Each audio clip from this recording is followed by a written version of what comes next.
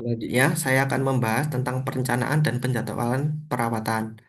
Perkenalkan, nama saya Muhammad Derarkan, NIM 23051230031.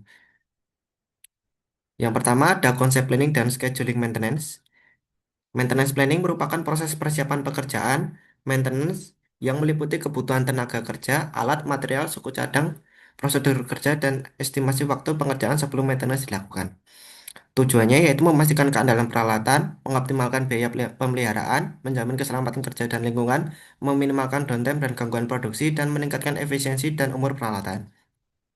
Workflow planning maintenance yang pertama ada identifikasi kebutuhan, identifikasi peralatan yang perlu perawatan, tinjau historik kerusakan, inspeksi dan kondisi, dan tentukan jenis perawatan, mau preventif, prediktif, korektif, atau overhaul. Yang kedua, pengumpulan informasi, yaitu kumpulan data teknis peralatan, manual, drawing, dan spesifikasi, rekomendasi pabrikan, dan data spare part, tools, dan material.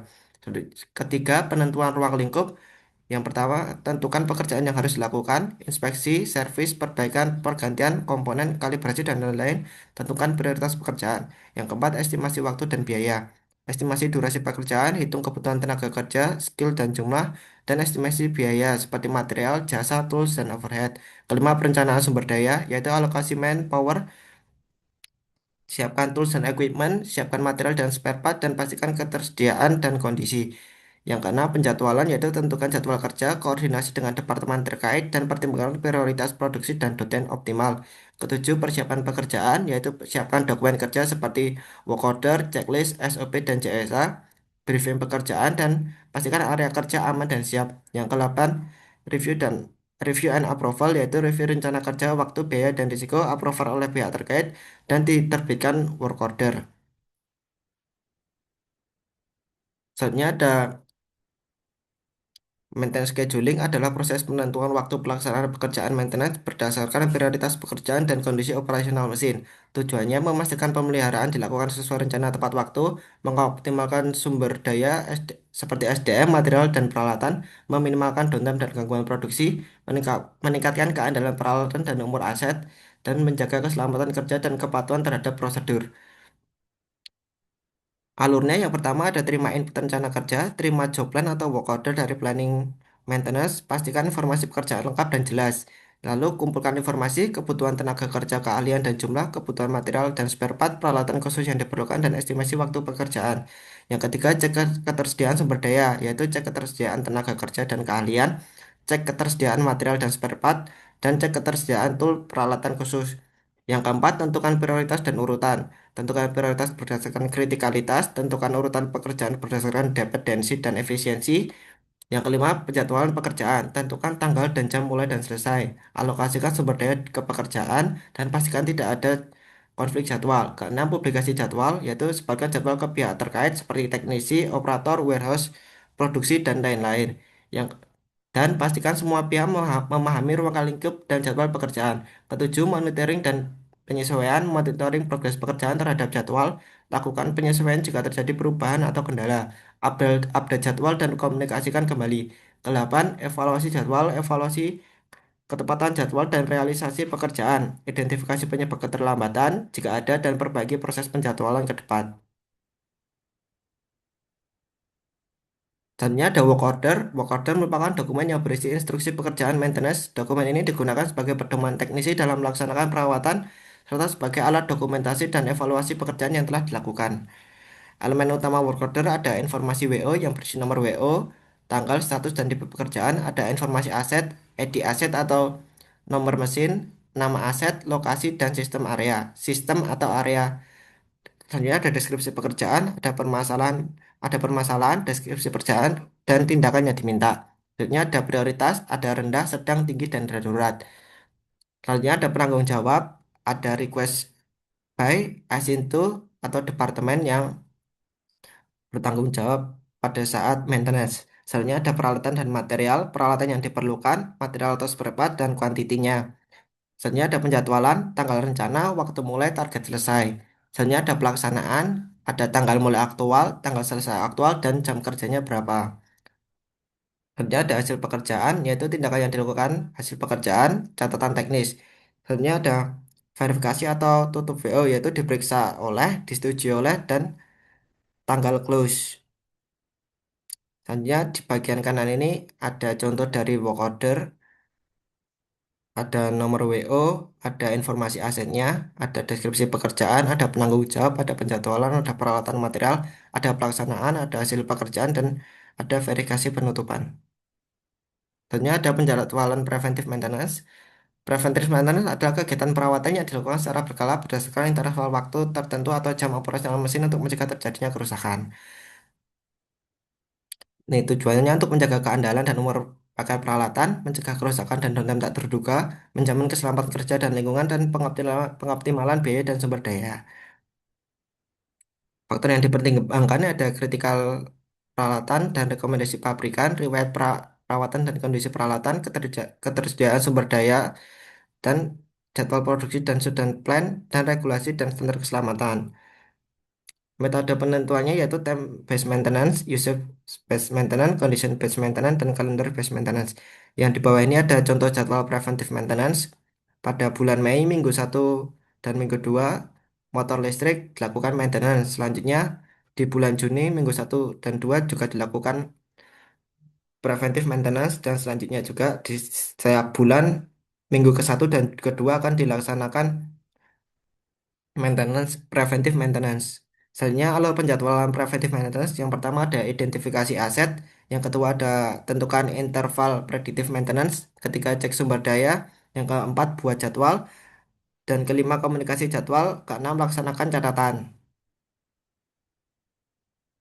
Selanjutnya ada shutdown maintenance adalah kegiatan perawatan yang dilakukan dengan menghentikan operasi mesin atau fasilitas produksi untuk sementara waktu. Tujuannya agar inspeksi perbaikan, pergantian, komponen atau overhaul dapat dilakukan dengan aman dan lebih efektif. Tahapannya, yang pertama ada perencanaan, yaitu tentukan tujuan dan ruang lingkup sedon, susun strategi dan rencana kerja, identifikasi peralatan pekerjaan dan risiko, dan estimasi biaya dan durasi. Kedua, persiapan, bentuk tim sudon, rapat koordinasi, finalisasi scope and jadwal, persiapan dokumen, material, tools, dan perizinan. Ketiga, pre-shutdown, yaitu persiapan area kerja, inspeksi awal peralatan, pengadaan material dan peralatan, dan briefing keselamatan kerja. Keempat, shutdown yaitu hentikan operasi plant secara aman, isolasi energi, debruising, draining, purging, selanjutnya dan pastikan kondisi aman untuk bekerja. Yang kelima, pelaksanaan pekerjaan, ada inspeksi, perbaikan dan pergantian komponen, cleaning and flushing, modifikasi atau improvement, dan kalibrasi dan alignment. Keenam, quality control and inspection, yaitu inspeksi visual and NDT, uji fungsi peralatan, pastikan sesuai standar dan spesifikasi, dokumentasi hasil inspeksi. Ketujuh, pre-startup, yaitu pastikan seluruh pekerjaan selesai, pre-commissioning check, dan pastikan area bersih siap dan siap operasi, serta verifikasi sistem pendukung. Kedelapan, startup, yaitu startup peralatan secara bertahap, monitoring parameter operasi, dan penyetelan serta stabilisasi proses. Kesembilan, evaluasi serta tindakan lanjut. Evaluasi kinerja shutdown, analisis deviasi dan masalah, lesson learned, update data dan rekomendasi perbaikan. Contoh rencana jadwal shutdown ini ya, H-7 sampai H-1, perencanaan dan persiapan, H-1 dan hari H pre-shutdown, hari H shutdown, hari kedua dan sampai ke-10 pelaksanaan pekerjaan, hari ke-11 quality control, hari ke-12 pre-startup, hari ke-13 startup, hari ke-13 monitoring stabilitas, dan hari ke-14 evaluasi tindakan lanjut. Selanjutnya ada turnaround maintenance, yaitu perawatan berskala besar yang dilakukan secara menyeluruh pada fasilitas produksi dalam periode tertentu. Kegiatannya meliputi inspeksi total, pergantian komponen utama, pengujian sistem, dan peningkatan performa peralatan. Tahapannya yang pertama ada perencanaan dan engineering, tentukan tujuan dan skop turnaround, identifikasi peralatan pekerjaan, risk assessment, estimasi biaya dan durasi, serta susun execution plan. Kedua, persiapan dan mobilisasi, bentuk organisasi dan tim, prosemen material dan jasa, mobilisasi alat dan material, dan tenaga kerja, persiapan dokumen dan perizinan. Ketiga, pre-turnaround meeting, yaitu komunikasi tujuan, skop, dan jadwal. Review risiko dan HSE, penjelasan prosedur dan aturan kerja. Selanjutnya, shutdown atau plan stop, yaitu hentikan operasi plan sesuai prosedur, isolasi energi, pastikan kondisi kondisi aman untuk bekerja. Kelima, pelaksanaan pekerjaan yaitu inspeksi, perbaikan dan pergantian, cleaning dan modifikasi. Keenam, quality control. Ketujuh, pre-startup. Ke-8, startup. Ke-9, handover. Ke-10, evaluasi, lesson and learn. Sama seperti tadi, contoh jadwal turnaroundnya. Selanjutnya ada pengendalian waktu dan biaya maintenance. Pengendalian waktu maintenance berkaitan dengan kemampuan perusahaan dalam memastikan seluruh pekerjaan perawatan selesai sesuai jadwal yang telah ditentukan. Waktu maintenance yang terlalu lama dapat menyebabkan meningkatnya downtime sehingga proses produksi menjadi terhambat. Ini ada alur pengendalian waktu maintenance yaitu perencanaan waktu, penetapan standar waktu, persiapan dan koordinasi, pelaksanaan pekerjaan, monitoring waktu, analisis deviasi waktu, tindakan korektif dan pencegahan, evaluasi dan perbaikan. Selanjutnya ada pengendalian biaya maintenance, yaitu proses perencanaan penganggaran, monitoring, dan evaluasi biaya pemeliharaan untuk memastikan penggunaan sumber daya yang efisien dan efektif serta mendukung pencapaian target perusahaan. Alurnya yang pertama ada perencanaan biaya, identifikasi kebutuhan maintenance, estimasi biaya dan susun anggaran. Kedua, penganggaran, alokasikan anggaran, preaktivitas atau area, tetapan target biaya, approval anggaran. Ketiga, pelaksanaan pekerjaan, yaitu laksanakan sesuai rencana. Keempat, pencatatan biaya, catat seluruh biaya aktual. Kelima, monitoring biaya, yaitu pantau realisasi dengan anggaran. Analisis variasi, selanjutnya analisis variasi yaitu hitung selisih biaya, identifikasi penyebab, dan prioritaskan masalah. Tujuh, tindakan korektif, yaitu ambil tindakan korektif, perbaiki proses, optimalkan penggunaan sumber daya. Yang kedelapan, evaluasi perbaikan, yaitu evaluasi kinerja biaya, dokumentasi lesson and learn, dan perbaikan berkelanjutan. Selanjutnya ada evaluasi efektivitas perencanaan maintenance. Evaluasi dilakukan untuk memastikan rencana maintenance telah disusun dengan tepat, realistis, dan efektif dalam mendukung keandalan aset ketersediaan dan efisiensi biaya. Proses evaluasi yang pertama ada persiapan, yaitu tentukan periode evaluasi, kumpulkan rencana dan target, tentukan KPI yang digunakan, siapkan data yang dibutuhkan. Kedua, pengumpulan data, realisasi pekerjaan, downtime, dan gangguan, biaya maintenance, dan data kondisi dan performa aset. Yang ketiga ada analisis dan bandingan rencana versus realisasi, hitungan KPI dan varians, analisis tren dan pola, identifikasi defisit utama. Yang keempat ada identifikasi gap dan akar masalah, tentukan gap kinerja, analisis penyebab prioritas masalah utama, nilai dampak terhadap tujuan. Yang kelima ada kesimpulan, yaitu nilai efektivitas perencanaan, tentukan area yang sudah baik, tentukan area yang perlu perbaikan. Hanya ada rekomendasi awal. Lalu yang keenam ada tindakan lanjut dan perbaikan, perbarui strategi dan rencana, perbaiki proses perencanaan, implementasi improvement, dan monitor evaluasi ulang. Selanjutnya ada KPI, ini ada beberapa KPI, tergantung perusahaannya menggunakan yang mana. Hanya dibuat grafik tren kinerja 6 bulan terakhir. Selanjutnya ada faktor penyebab perencanaan tidak efektif dan rekomendasi tindakan perbaikan. Sekian dari saya, terima kasih. Wassalamualaikum warahmatullahi wabarakatuh.